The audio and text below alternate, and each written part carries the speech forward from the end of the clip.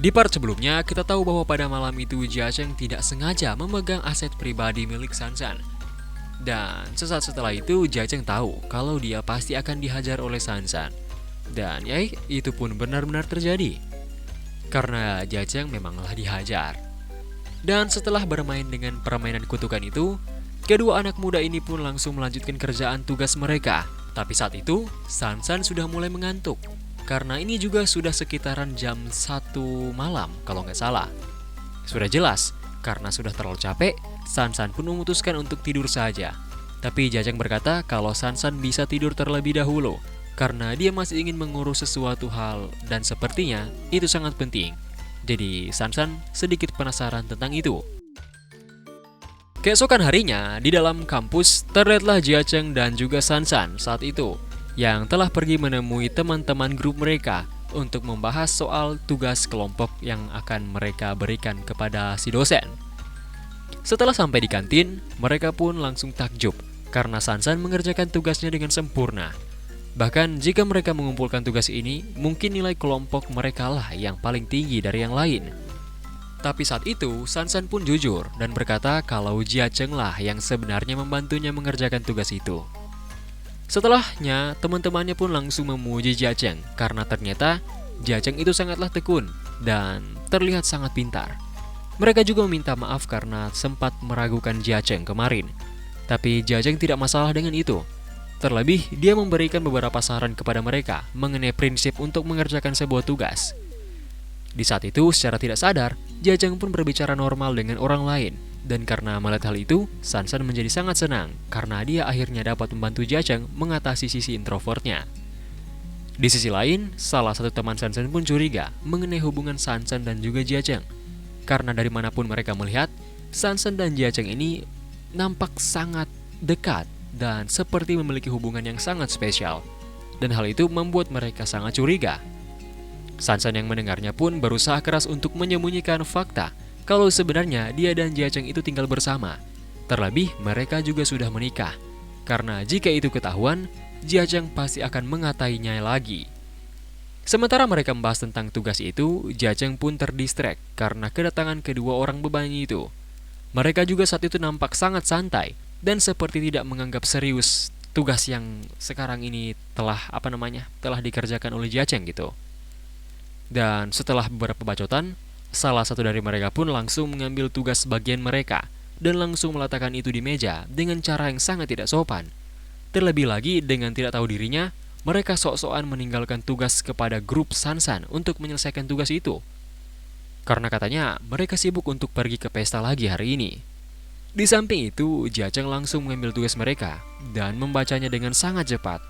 Lalu, setelah menyadari sesuatu, Jia Cheng pun langsung menatap ke arah mereka dan langsung melemparkan dokumen tugas itu kepada kedua beban tadi. Tentu, kedua teman Sansan pun menjadi sangat kaget dengan hal itu. Apalagi Sansan sendiri yang tengah menyaksikannya.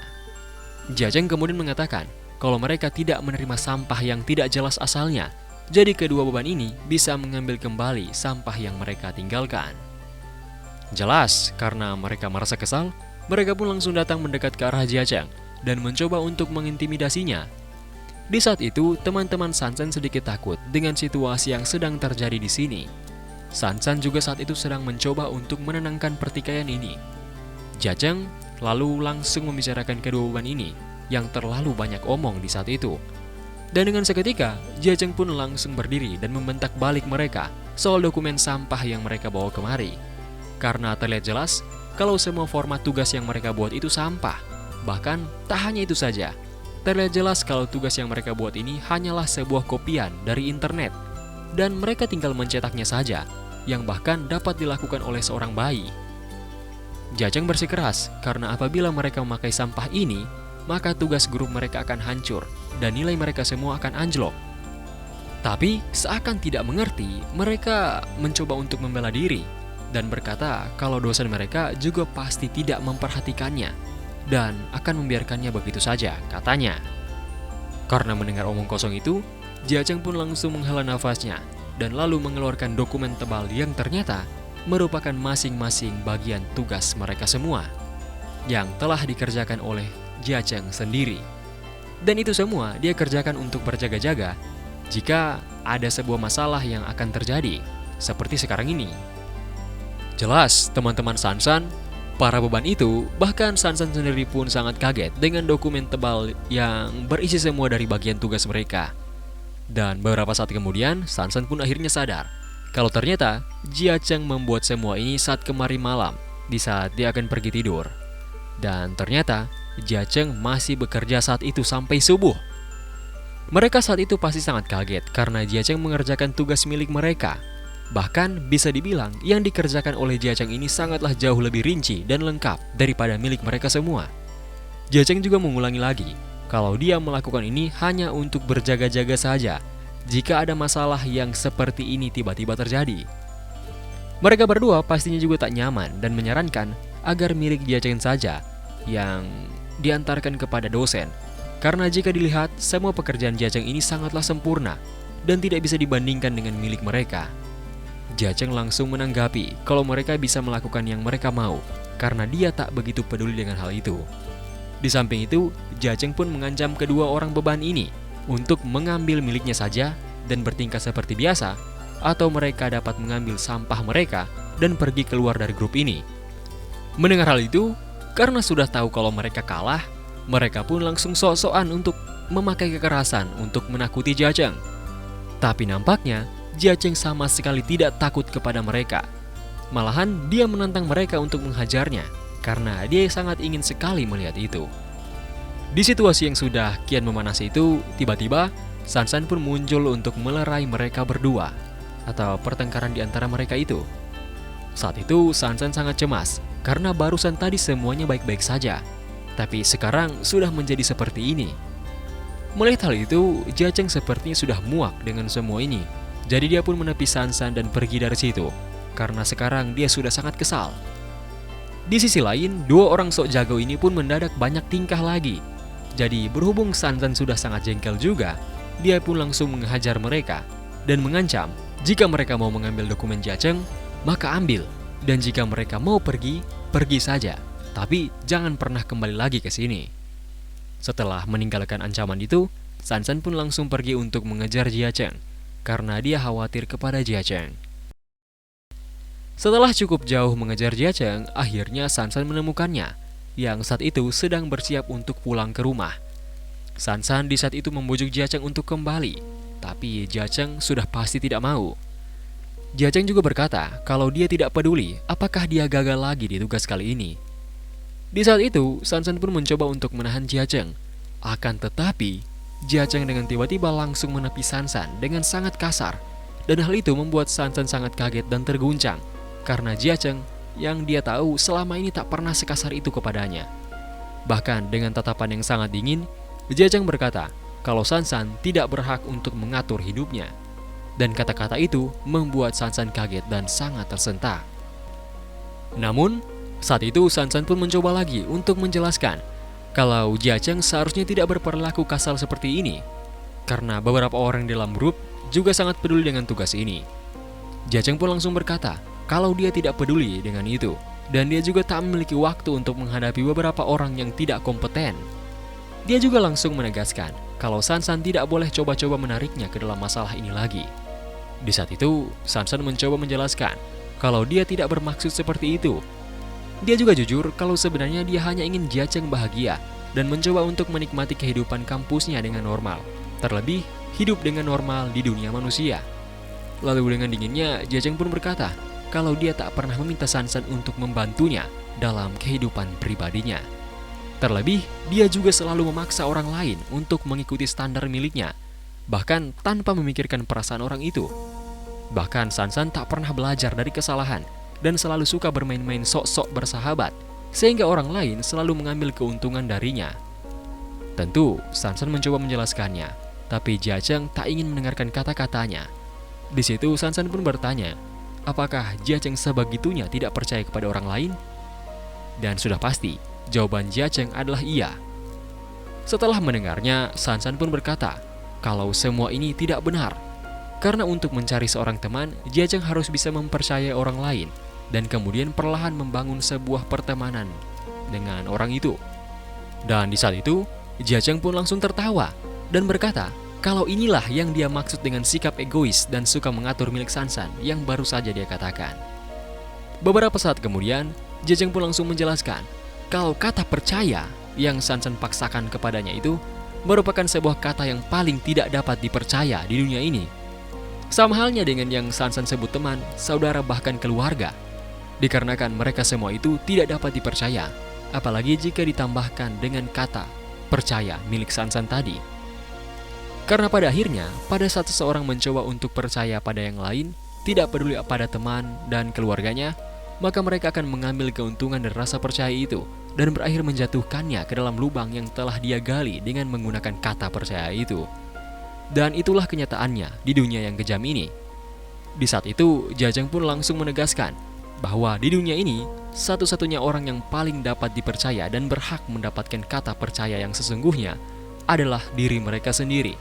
Dan itulah satu-satunya orang yang tidak akan mengkhianati mereka.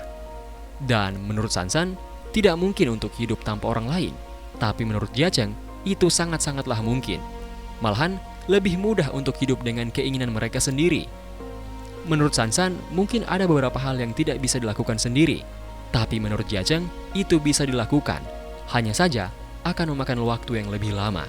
Dan sejak mereka bisa melakukannya sendiri, kenapa susah-susah meminta bantuan orang lain?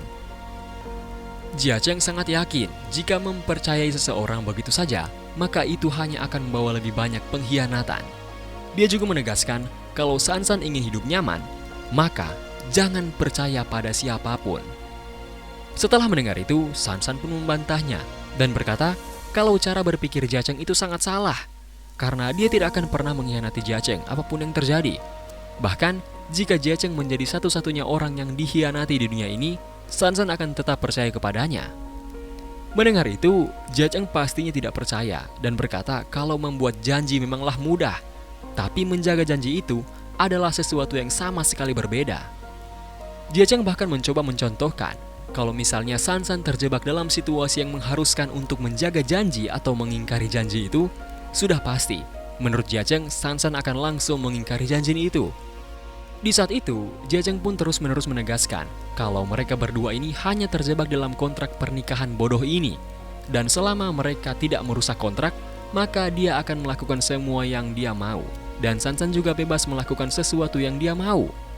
Saking marahnya, Jiajeng bahkan saat itu sampai menarik tangan Sansan dan kemudian menyinggung mengenai cincin terkutuk itu. Jiajeng bahkan di saat itu hampir saja mengatakan hal yang nanti akan sangat dia sesali jika itu terjadi. Dan sudah pasti, karena sudah terlalu terguncang, Sansan pun sudah tidak bisa melakukan apa-apa lagi selain meneteskan air matanya di hadapan Jiajeng. Tentu saja, Jiajeng tidak bisa berkata-kata lagi juga karena melihat hal itu. Jadi dia pun langsung melepaskan tangan Sansan dan pergi meninggalkannya di tempat itu sendirian.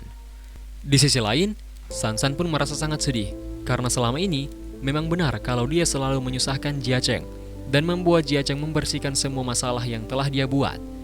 Sehingga hal itu membuat Sansan tak sadar untuk mulai memiliki sebuah keinginan agar dapat membantu Jiajeng dalam menyelesaikan suatu masalah. Menurutnya, dia mungkin sudah sangat mengenal Jiajeng sejak mereka tinggal bersama. Akan tetapi kenyataannya tidak seperti itu, karena dia ternyata tidak mengetahui apapun tentang Jiajeng. Di saat yang bersamaan, terlihatlah seseorang yang sedang mengamati mereka berdua. Dan itu ternyata merupakan pengawas kacamata yang saat itu sedikit merasa kesal dengan pasangan suami istri bodoh itu. Kalau nggak keberatan, saya mau sedikit membahas tentang masalah mereka ini. Di sini menurut saya Jiajeng mungkin pernah mengalami suatu masalah saat dia masih kecil, yang mungkin berkaitan dengan suatu kepercayaan terhadap orang lain. Dan mungkin pada akhirnya orang itu mengkhianati Jiajeng. Dan bisa jadi orang itu adalah orang tua, kakak, adik, atau mungkin sahabat Jiajeng. Dan karena hal itulah, Jiajeng akhirnya menjadi trauma. Dan di saat dia semakin merasa dekat dengan seseorang, Jiajeng malah cenderung ingin menjauh dari orang itu karena takut mengalami hal yang sama lagi. Apalagi setelah beberapa part ini yang menunjukkan kemajuan hubungan suami istri bodoh ini. Dan teori saya, mungkin Jiajeng hanya mencoba untuk lari dari trauma masa kecilnya dan tidak ingin mengalami itu lagi. Dan mungkin gitu aja sih menurut saya. Tapi bisa saja ini salah ya. Jadi jangan menjadikan kata-kata saya sebagai patokan dari cerita ini. Karena sekali lagi, saya bukan autornya. Dan bukan saya juga yang nulis cerita ini ya. Oke, lanjut. Singkat cerita, cerita pun berlanjut di keesokan harinya. Dan saat itu Sansan baru saja bangun dari tidurnya.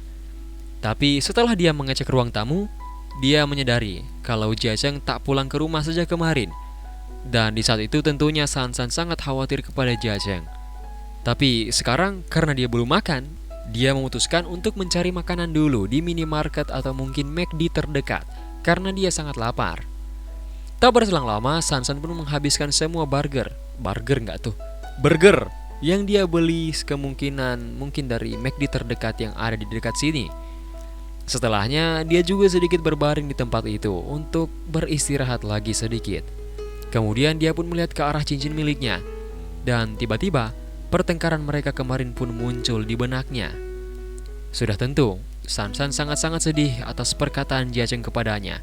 Dan sepertinya dia tak sanggup untuk menerima itu. Beberapa saat kemudian, setelah sedikit istirahat, Sansan terdistrek dengan sesuatu yang ternyata merupakan seorang anak kecil yang nampaknya seperti sedang dibully oleh beberapa orang. Dan anak itu terlihat sangat tidak berdaya dan sangat ketakutan di situasi itu.